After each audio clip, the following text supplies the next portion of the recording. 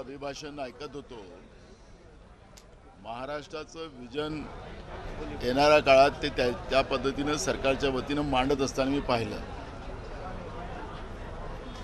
आपण पाहिलं असेल की जेव्हा हे सरकार नवीन आलं तेच भाषण आणि आताचं भाषणात फार काही मोठा फरक आहे असं मला जाणवत नाही.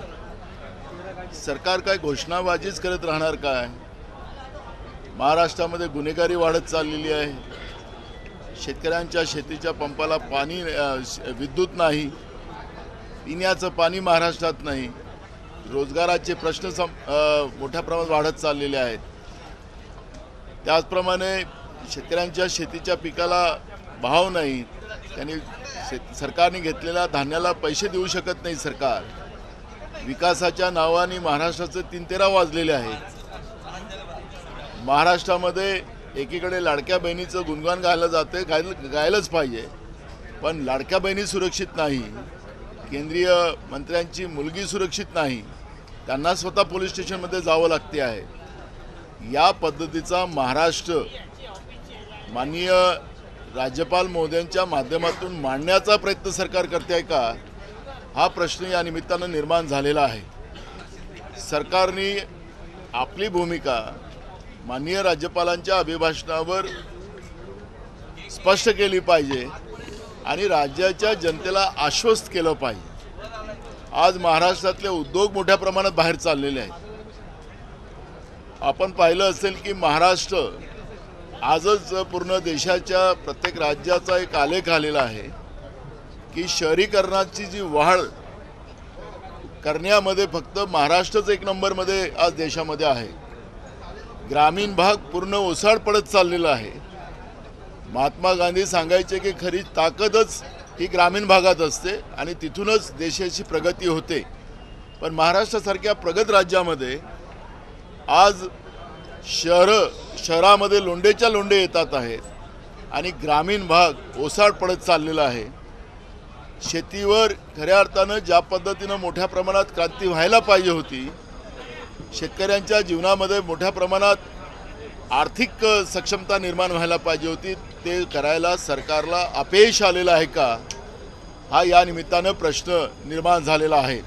शेतीवर आधारित उद्योग महाराष्ट्रामध्ये संपलेले आहेत का? आणि अशा पद्धतीची जी काही परिस्थिती या महाराष्ट्रात निर्माण झालेली आहे, कधी नव्हे. या सरकारचं तर मी या 3 तोंडाचं काही बोलणार नाही, कारण की तर रोज आपण आपल्या माध्यमातून महाराष्ट्राची जनता बघते आहे. मलाईच्या खात्यासाठी, पालकमंत्र्यांच्या पदासाठी आताच्या मी मुख्यमंत्र्यांचा धन्यवादच करेल. त्यांनी पहिलं एक पाऊल या ठिकाणी उचललेलं आहे की आरोग्य विभागामध्ये झालेला घोटाळा त्याच्यावर त्यांनी स्थगिती दिलेली आहे असं मी तुमच्या माध्यमातून ऐकलेलं आहे. म्हणून त्यांचं अभिनंदन मी करेल. पण असे घोटाळे अनेक या महाराष्ट्रामध्ये आहेत. या सगळ्या घोटाळ्यावर ते स्थगिती देतील का, हा प्रश्न या ठिकाणी निर्माण झालेला आहे. अन्ननागरी पुरवठ्यामध्ये असतील, इरिगेशनमध्ये असेल, बांधकाम विभागात असतील, सार्वजनिक उपक्रम बांधकाम विभागामध्ये असेल, असे अनेक विभाग आहेत, कृषी विभागात असेल, अशा अनेक विभागामध्ये मोठ्या प्रमाणात महाराष्ट्रामध्ये भ्रष्टाचार महायुतीच्या सरकारमध्ये झालेला आहे. आणि त्या माध्यमातून हे सरकार माननीय मुख्यमंत्री जे एक पाऊल त्यांनी पुढे उचललेलं आहे ते पुन्हा सगळ्या याच्यामधल्या भ्रष्टाचाराच्या फायलीला स्टे देतील का, हाही प्रश्न या निमित्तानं या ठिकाणी निर्माण झालेला आहे. आणि हा सगळा जॉब या अधिवेशनामध्ये आम्ही विचारणार आहोत. आज मुख्यमंत्र्याचं एक स्टेटमेंट मी ऐकलं. मुख्यमंत्री म्हणाले की जे गुन्हेगार प्रवृत्तीचे मंत्री आहेत त्यांना आम्ही सगळ्यांना काढणार आहोत. आनंदाची गोष्ट आहे. महाराष्ट्राच्या मंत्रिमंडळात 65% गुन्हेगार मंत्री आहेत आणि हे सरकारनेच प्रसिद्ध केलेलं आहे, त्यांचेच सगळे आकडे आहेत. आणि म्हणून मग या 65% मंत्र्यांना ते त्यांच्या मंत्रिमंडळातून काढतील काय, हाही एक प्रश्न आहे. त्यांच्या निर्णयाचं स्वागतच आम्ही करू, पण हे सगळं झालं पाहिजे, ही भूमिका आमची आहे.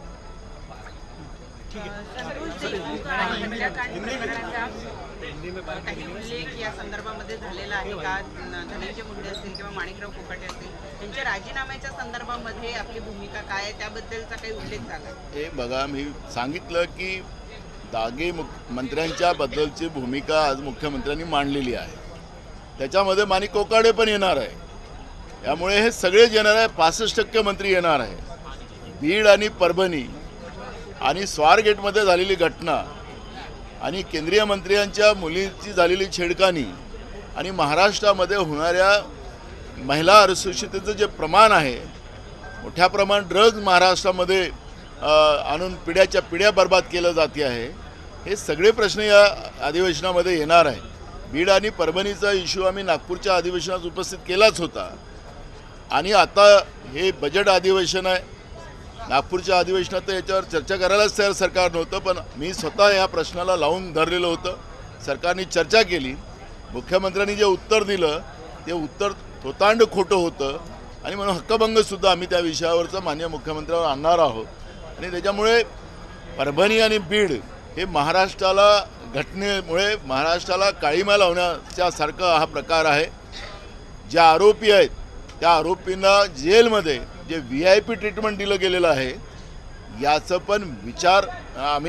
पण विचारणा या सरकारशी आम्ही करणार आहोत. प्रशांत कोरटकर यांना अजून ताब्यात घेतलेलं नाहीये, त्यामुळे विरोधकांचं असं म्हणणं आहे की जाणीवपूर्वक त्यांना वाचवलं जातं. बिलकुल मी तुम्हाला सांगत आहे की या सगळ्या घटनेमध्ये जे काही आरोपी आहेत त्या आरोपींना मुद्दामून वाचवलं जाते आहे.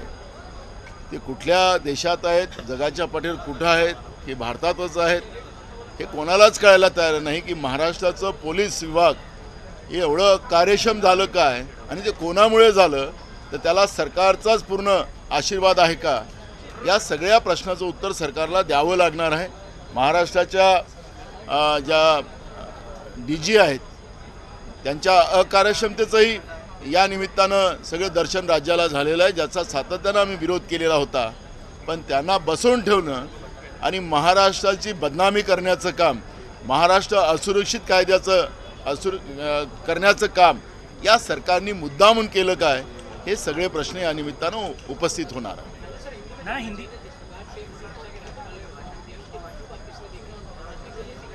आपने देखा होगा कि जब सरकार बनी है उस समय में नागपुर में जो माननीय राज्यपाल ने अभिभाषण किया था वही भाषण को रिपीट करने का काम किया है, उसमें कोई बहुत सुधार नहीं है.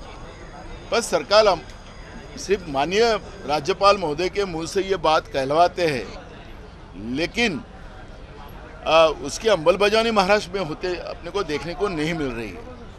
आज महाराष्ट्र में किसानों को बिजली नहीं मिल रही है, सौर ऊर्जा के नाम से उनको लूटा जा रहा है, किसान के फसल को दाम नहीं मिल रहा है, किसान बर्बाद हो रहा है, किसान बड़े पैमाने में आत्महत्या महाराष्ट्र में कर रहा है, बेरोजगार के प्रमाण ज़्यादा बढ़ गए, महिला असुरक्षित हो गई महाराष्ट्र में, केंद्रीय मंत्री की बेटी सुरक्षित नहीं है. तो आम लोगों का तो क्या ठिकाना होगा उसका अंदाज इस बहाने से लगा सकते हैं. स्वारगेट की घटना जो थी, बीड़ और उस परभणी में जो घटना हुई जिसे सरकार ने दबाने की कोशिश की, ये सब मुद्दे उसमें सब सामने आएंगे. और आज ही जो रिपोर्ट आया है कि देश में शहरीकरण का जो बढ़ावा जो हो रहा है तो उसमें महाराष्ट्र 1 नंबर है. तो महाराष्ट्र जब 1 नंबर है तो पूरे गांव जो है वो गांव से सब युवा शहर में आ रहे, क्योंकि खेती उद्योग जो महाराष्ट्र का था वो ख़त्म हो चुका है और इसलिए शहरों में बड़े पैमाने में युवा आ रहे हैं और यहाँ पर भी उनको कोई रोजगार नहीं मिल रहे हैं. और ऐसी स्थिति में एक बड़ी निराशा युवकों में भी अपने को महाराष्ट्र में देखने मिलती है. कानून व्यवस्था तो पूरी बर्बाद हो गई, ड्रग बड़े पैमाने में महाराष्ट्र में बेचे जा रहे हैं, पुलिस अकार्यक्षम है. बीड़ की घटना में और परभणी की घटना में जो लोग गुनहगार है उनको सरकार बचा रही है, यही हमने देखा है. एक गुनहगारों को सपोर्ट करने का काम सरकार कर रही है और इसलिए महाराष्ट्र में क्राइम जो बढ़ते जा रहा है उसका रीज़न ही जो है वो सरकार उसकी जवाबदार है. और ऐसी कई घटना है कि वो घटनाओं को हम ये असेंबली में उठाएंगे और सरकार को उसका जवाब देना पड़ेगा. नाना, नेता प्रतिपक्ष के मुद्दे को लेकर शिवसेना उद्धव ठाकरे गुट जो है वो अपनी तरफ से नाम देने जा रहा है. महाविकास आघाड़ी में क्या ये सहमति बनी है कि कौन नेता विपक्ष बनेगा? देखो, एक सिंपल लाइन है. महाराष्ट्र के विधानसभा में अपोजिशन में उनके संख्या ज़्यादा है, तो स्वाभाविक है उनका अपोजिशन लीडर बनेगा। अपर हाउस में कांग्रेस का अपोजिशन लीडर बनेगा, जहां वहां हमारी संख्या ज़्यादा है, कांग्रेस की संख्या ज़्यादा है। तो जिसकी संख्या ज़्यादा है उनका रहेगा, उसमें कोई तनाव करने का कोई कारण नहीं है। हमको सरकार, लेकिन ऊपरी हाउस में शिवसेना उद्धव ठाकरे गुट के अंबादास दानवे इस समय नेता प्रतिपक्ष है, क्या उन्हें हटाने की मांग आप कर रहे हो?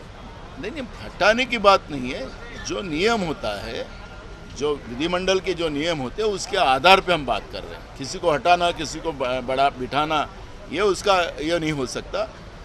जो भी है वो नियम के साथ हो और महाविकास आघाड़ी उसके आधार पे आगे जाए और सरकार को पूरे घेराबंदी करे, ये भूमिका कांग्रेस पार्टी की है। आदित्य ठाकरे रहेंगे चेहरा विपक्षी नेता का। देखो, उनके पार्टी से किसको देना है वो उनका अधिकार है। उसमें हमें उनके कौन अपोजिशन लीडर बनाना वो उनका दायित्व है। हिंदी तो शमा मोहम्मद सर एक कांग्रेस की एक प्रवक्ता हैं, आप भी जानते होंगे। रोहित शर्मा के बॉडी शेमिंग, उन्होंने उनके जो है बॉडी और खेलने को लेकर जो है सवाल उठाए हैं कि वो ज़्यादा मोटे हो गए हैं, उनका वजन ज़्यादा हो गया है, ऐसे में उन्हें क्रिकेट को छोड़ देना चाहिए क्योंकि वो आउट ऑफ फॉर्म भी हो गए हैं। ऐसी टीम के कैप्टन के बारे में बोल रही है जो ऑलरेडी T20 वर्ल्ड कप जीत चुकी है और चैंपियंस ट्रॉफी फाइनल। देखो, उनका व्यक्तिगत मत था, पार्टी हाईकमांड ने भी उसके बारे में स्पष्टीकरण दिया है। वो जिनने जो ये स्टेटमेंट किया उनका व्यक्तिगत मत था, वो पार्टी का मत नहीं।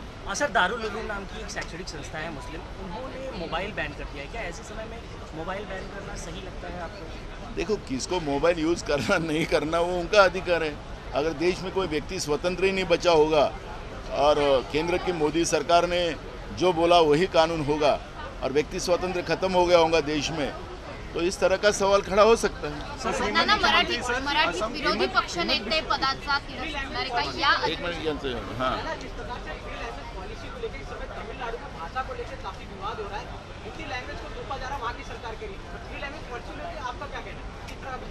देखो, हर राज्यों को हमारी संवैधानिक व्यवस्था वो सांघिक प्रणाली वाली है। हर राज्य को अपनी पॉलिसी बनाने का अधिकार है। केंद्र सरकार को किसी की बातों को थोप नहीं सकती। तो सांघिक प्रणाली के आधार पे कौन से राज्य क्या क्या निर्णय लेंगे वो उनका अधिकार है। अब आपने देखा होगा कि मध्य प्रदेश की सरकार ने 5 रुपये में बिजली के कनेक्शन किसानों को देने के वादा किया है, तो उनका अधिकार है। तो राज्य सरकार ने अगर फ्री में देना है तो राज्य सरकार दे सकती है।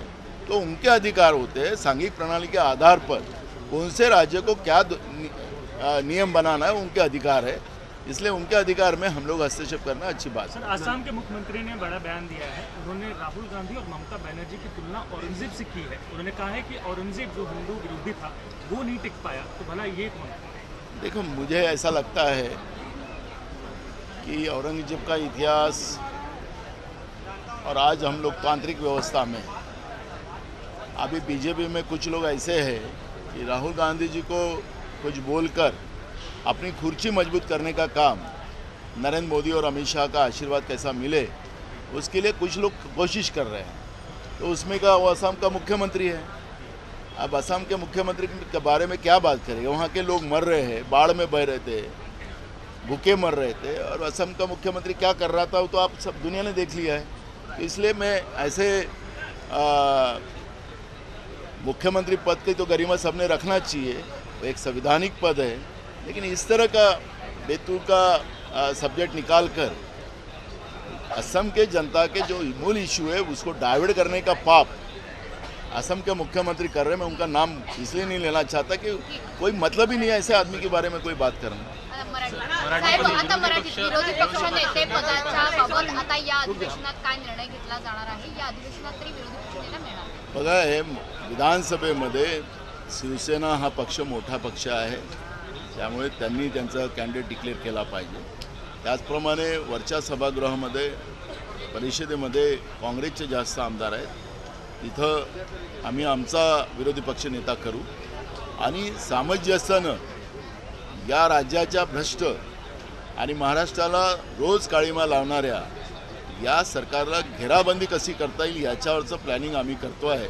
त्यामुळे सामंजस्यानं हा विरोधी पक्ष पदाचा जो प्रश्न आहे तो आम्ही सोडवू. मात्र अंबादास दानवे विधान परिषदेत विरोधी पक्षनेतेपदी आहेत, त्यांना हटवून काँग्रेसचा बघा, एक विधिमंडळाच्या कामकाजातली जी काही परंपरा आहे त्या परंपरेप्रमाणे ज्यांचे जास्त आमदार त्यांचा विरोधी पक्षाचा नेता असतो, ज्याचा बहुमतामध्ये असेल त्याचा मुख्यमंत्री होतो. हे आमची परंपरा आहे आणि आपला नियम आहे. त्यामुळे त्याला कोणाला हटवा आणि कोणाला बसवा हा विषय त्याच्यात होऊ शकत नाही. पण महाविकास आघाडीची समन्वय समिती बसून काही नेते मंडळी होईल लवकर. किती दिवसांमध्ये हा निर्णय होईल? आता लवकरच होईल. चलो, ओके, थँक्यू.